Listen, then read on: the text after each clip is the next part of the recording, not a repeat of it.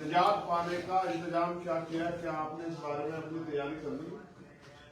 आप पे कौन ऐसा है जो इस लड़ाई को आपकी ताकत बन के और पूरी ईमानदारी, जिस तरह की सियासत आज हो रही है कि सीबीआई, ईडी, इनकम टैक्स, मुकदमे, जेल, नोटिस, जांच, इन सब का सामना करके ईमानदारी से आपकी आवाज को कौन उठा सकता है? कि आपने ऐसा कोई साथी, कोई सहयोगी, ईमानदार, वफादार तैयार किया है? क्या आपने किसी ऐसे साथी को ताकत दी है जो इस लड़ाई को लड़ सकता है? क्या आप इस बात को भी समझते हो कि अगर आईन को खतरा हो गया तो हमारी जिंदगी में क्या तब्दीली होगी? क्या आप उस खतरे से जानकार हो? आज ये इस देश में हमें धार्मिक आजादी मिली है, वो इस संविधान की वजह से मिली है। अगर आज इस देश में हमें अपनी बात को रखने की आजादी मिली है तो वो इस संविधान की वजह से मिली। और अगर शरीयत के हिसाब से अपने धार्मिक कार्यों को आगे बढ़ाने की अगर इजाजत कहीं से मिली है तो वो इस संविधान की वजह से मिली। जब इस संविधान पे खतरा होगा तो शायद हम इस देश में दोहरे दर्जे के नागरिक बन जाए कि हमारे दिल में तो कुछ और होगा और हम पे थोपा कुछ और जाएगा। आप महसूस करो, जमहूरियत का मतलब है कि जो जनता चाहेगी वो होगा। लेकिन आज क्या हो रहा? जब सीए एनपीआर एनआरसी का कानून आया तो क्या आपसे पूछा गया? क्या बौद्धिस्टों से, ईसाइयों से, जैनों से, सिखों से, आदिवासियों से पूछा गया? जब अभी जीएसटी लागू हुई तो क्या व्यापारियों से पूछा गया? जब ड्राइवरों के खिलाफ अभी 2 महीने पहले कानून बना के ड्राइवरों से पूछा गया? जब कमजोरों पे के खिलाफ कोई कानून थोपा जाता, नोटबंदी हुई है, कुछ और जिसके बड़े फायदे सरकार ने गिनाए, क्या कभी आपसे पूछा गया? यानी कि बाकी बहुत कुछ तो बचा ही नहीं है, एक वोट की ताकत हम पे बची है। इसी वोट की ताकत से हम लड़ सकते हैं। अगर हमने ये वोट की ताकत भी खो दी तो शायद हमें सांस लेने के लिए भी इस देश में टैक्स देना पड़ेगा। वो दिन भी दूर नहीं। आप सबको ये फैसले आज के नहीं है, ये फैसले आज जो हम बैठे हैं जिम्मेदार समझदार लोग, हम तो मेहनत मजदूरी करके अपने रोजगार कारोबार से जी लेंगे अपनी जिंदगी। लेकिन आप ये अपने मन से पूछ के देखो, जो नस्लें हमारे घरों में तैयार हो रही, क्या हम उनको जवाब दे पाएंगे कि इतना बेहतरीन मुल्क जो आजादी के बाद बना था, जिसके साथ लाखों लोगों की कुर्बानियां थी, रेशमी रुमाल तहरीक चली, शामली से लेके जब तोपखाना लूटा गया दिल्ली तक, कितने मौलाना ने कुर्बानियां दी और क्या क्या नहीं सहा इस मुल्क की आजादी के लिए। क्या इस जब हम जाएंगे दिल्ली में तो इंडिया गेट पे जो नाम लिखे हुए हैं वो इस बात की तस्दीक करते हैं कि किसी एक जाति धर्म के लोगों की वजह से आजादी नहीं मिली। लेकिन जब वो आजादी छीनी जा रही है तो आपके पुरखों ने जिन्होंने आजादी की लड़ाई लड़ी, आप लोग क्या कर रहे हैं? और अगर आज भी आप किसी गुलामी में है कि कोई रहनुमा आपकी जिंदगी बचाएगा या आपकी जिंदगी में तब्दील लाएगा, तो आप वही गलती कर रहे हैं जो गलती सियासत में वो लोग लंबे समय से करते रहे, जो सिर्फ इस वजह से चुप थे कि कोई और हमारी लड़ाई लड़ेगा। मैं चे गुवेरा को एक बहुत क्रांतिकारी, आप पढ़ना है मेरे कहने के बाद, उनकी बहुत अच्छी 4 लाइनें हैं कि मैंने कब्रिस्तान में उनकी कब्रें भी देखी जो सिर्फ इस वजह से नहीं लड़े कि कहीं वो मर ना जाए। मौत एक कड़वा सच्चाई आनी है, इसको आप रोक नहीं सकते, ये अटल है। लेकिन अगर आप इस वजह से ना लड़े कि कहीं आप मर ना जाए तो फिर आप हक की लड़ाई नहीं लड़ पाएंगे, तो फिर आपको क्या माना जाए? मेरे अंदर तो जितनी हिम्मत है, मैं अभी एमपी नहीं हूँ, एमएलए नहीं हूँ, मैं तो हमारी पार्टी में तो बहुत सारे जिला पंचायत सदस्य चेयरमैन है, मैं तो वो भी नहीं हूँ, मगर मैं पूरी कोशिश करता हूँ कि जहां भी मैं जिसकी आवाज बन सकूं मैं पूरी ताकत से खड़ा होता हूँ। और इतनी ताकत से खड़ा होता हूं कि जिसके पैर उखड़ने होते हैं वो मेरी जाने आने की कॉल पे उखड़ जाते हैं। बाकी जो मैं करता हूं वो तो मुझे वो ताकत जो है जमहूरियत में, इस संविधान ने आप लोगों की प्यार ने दी।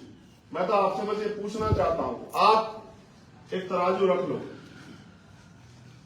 आपका अंगूठा नहीं पकड़ेगा कोई, ना मैं पकड़ूंगा ना कोई और, आपके अंगूठे से फैसले होंगे। आप तराजू रख लो और आप नगीना की तस्वीर रख लो, और तराजू में जो भी यहां आसपास घूम रहा है आपके आसपास, उस तराजू में उनको रख लो और तोल के देख लो कि कौन आपके लिए बेहतर है और कौन आपके लिए मुफीद है, कौन आपकी लड़ाई को अगर आपको शमशेर आजाद उनसे 21 ना मिला, सब लोगों से, एक से नहीं कह रहा हूं, सबको इकट्ठे करके 21 ना मिला, तब मुझे आप बता दें।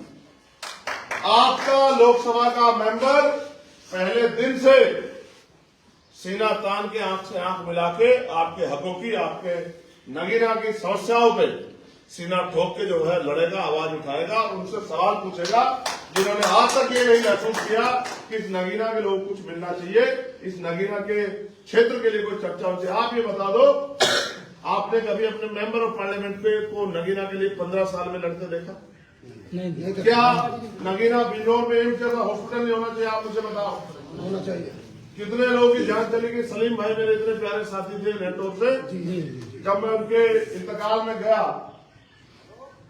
तो उनके भाई ने कहा सलीम सिद्दीकी के जो सांडू थे कि रात हम बात कर रहे थे 11 बजे, वो आपकी चर्चा कर रहे थे कि मुझे भाई का बड़ा प्रोग्राम कराना है नेटवर्क, और इतने में ही सीने में दर्द उठा, हम लेके गए धामपुर की तरफ भागे, लेकिन रास्ते में उन्होंने दम तोड़ दिया। महसूस करके बताओ।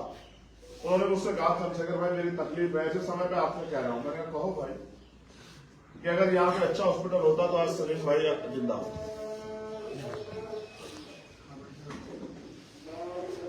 क्योंकि आजाद हो रही है और मुझे लगता है बहुत जल्द जो है नमाज का समय हो जाएगा। ये अजान खत्म हो जाए, मैं 2 मिनट में अपनी बात को कर दूंगा, फिर हम लोग जो है आगे बढ़ेंगे। आपको भी जो है अजान में नमाज में शामिल होना है। हम आने में लेट हुए शायद, इसमें थोड़ी दिक्कत होगी, थोड़ा सा लेट हुआ तो सारी क्षेत्र में फिलहाल 2 बजे तक तो बिजी है सब मामले।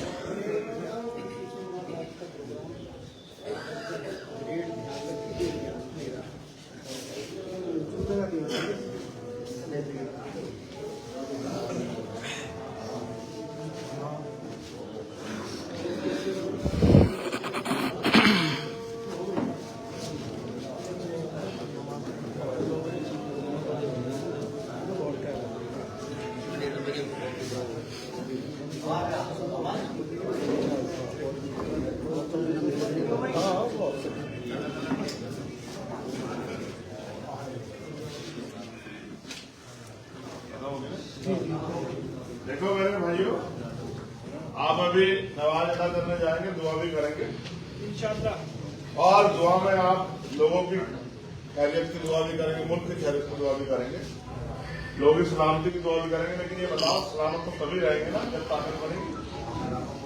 बिना ताकत के कोई सलामत रहता देखा आपने?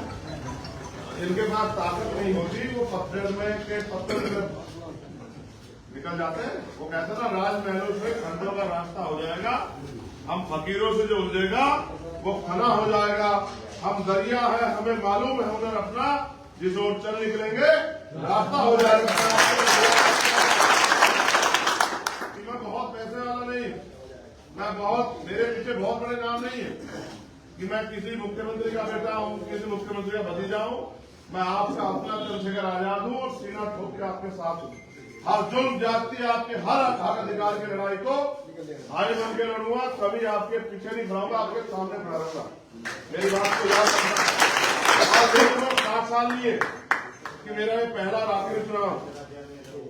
अनवर भाई कह रहे थे, मैं आपको विश्वास दिलाता हूं, आपने अभी तक जिन लोगों को ताकत दी, उन्होंने जितनी मजबूत लड़ाई लड़ी वो आपके सामने एक बार आप इस लड़ाई को लड़ने का मुझे मौका देकर। आप बाहर क्या करते हो 79 सीट पे, मैं आपको नहीं कह रहा हूं, मगर मैं इस सीट पे आपको कह रहा हूं। और हो सकता है जिन चीजों से आप घबराते हो, क्योंकि फिर भी ये गजब की बात है कि वोट आपके हाथ में, घबराते भी आप ही हो, ठीक है। जिन चीजों से आप घबरा रहे, हो सकता है उनको भी समझ आ जाए और वो भी अपने बात को तैयार हो जाए। आप बताओ, एमपी तो आपने पहले बनाया है, पिछली बार भी तो आपने गठबंधन का बनाया था भाई। वो 370 में कहां खड़ा था आप बताओ मुझे, उनकी पार्टी का स्टैंड क्या था? 3 तलाक पे कहां खड़ा था आप मुझे बताओ। और तो और छोड़ो, अभी वो परसों वो लोग कहां खड़े थे आप मुझे बताओ। जब राज्यसभा में वोटिंग हो रही थी वो कहां खड़े थे, किसके पक्ष में खड़े थे? क्या उन्होंने भाजपा को वोट नहीं दिया? आप बताओ ईमानदारी से। उन्होंने भाजपा को वोट दिया नहीं दिया? आप बताओ। आप अगर उनमें अपना पहरेदार ढूंढ दे तो मैं क्या करूं? भाई मैं तो आपके सामने हूं, 11 साल से लड़ रहा हूं। कोई एक ऐसा अन्याय नहीं बता सकते कहीं भी हुआ हो जिस पर मैं न गया हूं, जिस पर मैंने आवाज न उठाई हो, जिसकी आवाज मैं न उठाई। मैं तो परसों भी बात साहब के यहाँ गया सफीने में शामिल होने के लिए, और फिर वो मिलक के लिए निकला था, उन्होंने मुझे गिरफ्तार कर लिया। 2.5 घंटे में रहता मैंने कहा जाऊंगा, चाहे गोली चला दो, चाहे फांसी चढ़ा दो, चाहे जेल में तो जाऊंगा, रुकूंगा नहीं।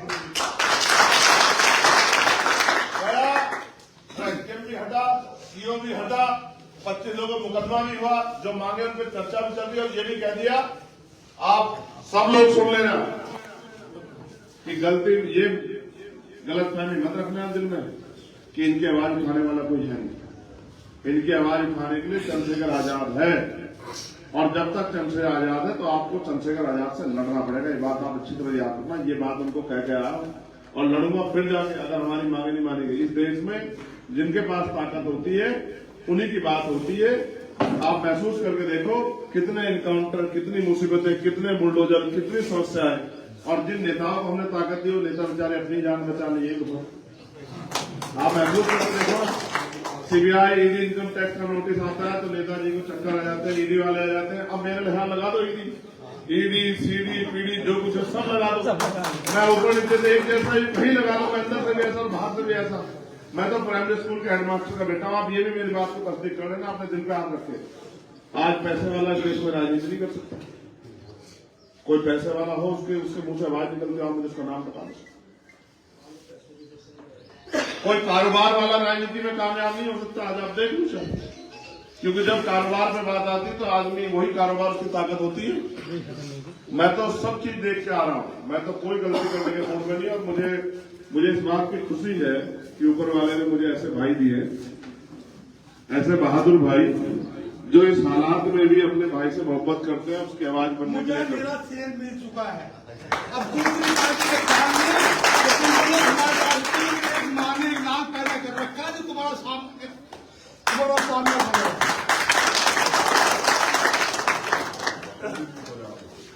मैं आपके लिए बहुत आप जल्दी हो जाओ मेरे बहादुर भाई। मैं आपकी हिम्मत की दाद देता हूं, मैं आपकी हिम्मत की दाद देता हूं। इस हालात में भी यहां आके उसने साबित कर दिया कि मैंने जो आज तक मेहनत की उससे मैंने जो प्यार कमाया है उसमें दम। ये पैसे का दम नहीं, ये प्यार का दम है। मैं वचन देकर कहता हूं। अच्छा, लेकिन आपका नाम आए और आपको जीत भी मिलेगी, सपोर्ट भी मिलेगी, भाईचारा। मैं भी भाई, मैं आपको एक वचन देख कहता हूं, मैं अटल हूं। सूरज पश्चिम से निकल सकता है, लेकिन चंद्रशेखर आजाद जो है वो मुकर नहीं सकता बात से। जब याद करें, जब हमारे सामने याद करने से पहले आपकी तरफ पूछने वाली हर हाथ को जवाब देने के लिए चंद्रशेखर आजाद खड़ा होगा मेरी बात। और अगर कुछ सालों के बाद आपके दिलों से ये आवाज ना निकले कि आपने जो नगीना में किया था उससे आपने इस मुल्क को बचा लिया, तो मुझे आप बताना। क्योंकि मेरी बात याद रखना, चुनावी फैसले से बड़ा देश बचाने का फैसला भी आपके सामने। आप महसूस करके देखो कि अगर चंद्रशेखर आजाद अपने पैरों पर खड़ा हो गया तो पूरे देश में जो एकता, जिस एकता को हम लोग लंबे समय से किसी ईमानदार आदमी इस पर प्रयास नहीं किया, वो बनने में देर नहीं लगेगी। दिन के दिन माहौल बदल जाएगा। वो भी पिटे हुए, छिटे हुए, लूटे हुए लोग हैं और आप भी सताए हुए मजलूम लोग हैं। और ये पिटे हुए, छिटे हुए, सताए हुए मजलूम लोग जिस दिन एकजुट हो गए उस दिन इस देश में इन पर जुल्म, जाति, अत्याचार नहीं है। तो और फिर आपकी हिस्सेदारी को भी कोई छीन नहीं पाएगा। आज तो किसी को आपके ऊपर थोप दो, आपको उसके पीछे खड़ा होना पड़ता है। जब आप इस मूवमेंट में बराबर के हिस्सेदार होंगे तो आप पीछे नहीं खड़े होंगे, आप मेरे साथ खड़े होकर इस मूवमेंट को आगे बढ़ाएंगे। ये मुल्क हमारा है। हम इस मुल्क में बाय चांस नहीं, बाय चॉइस है, बाय चॉइस।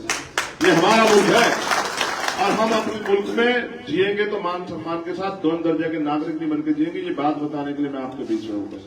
मैं आपसे यही कहूंगा, आप जितने लोग हैं, आप मुझसे मोहब्बत रखते हैं तो आपके फोन में 40-40, 50-50, 100 नंबर है जो आप, और वो ये पूरा ऐसे परिवार है। आप देखो, महसूस करके आप फोन करोगे, सामने वाला आपका परिवार है, वो आपकी बात पे अमल करता है।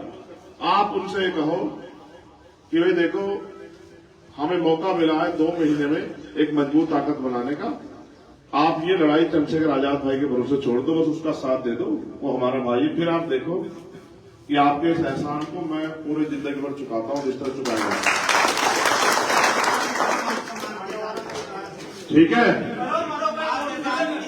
और मैं भी फिर कह रहा हूं, करो मरो ही है, मेरी बात को याद रखना। पीछे नहीं हटने दूंगा किसी भी कीमत में, बस क्योंकि अब समय हो गया आपको दवाई के लिए करना। मैं आपसे इजाजत चाहता हूं, बस याद रखना कि आपका एक भाई है जो हर सांस तक आपके साथ खड़ा है। बहुत बहुत शुक्रिया। जय भीम, जय भारत।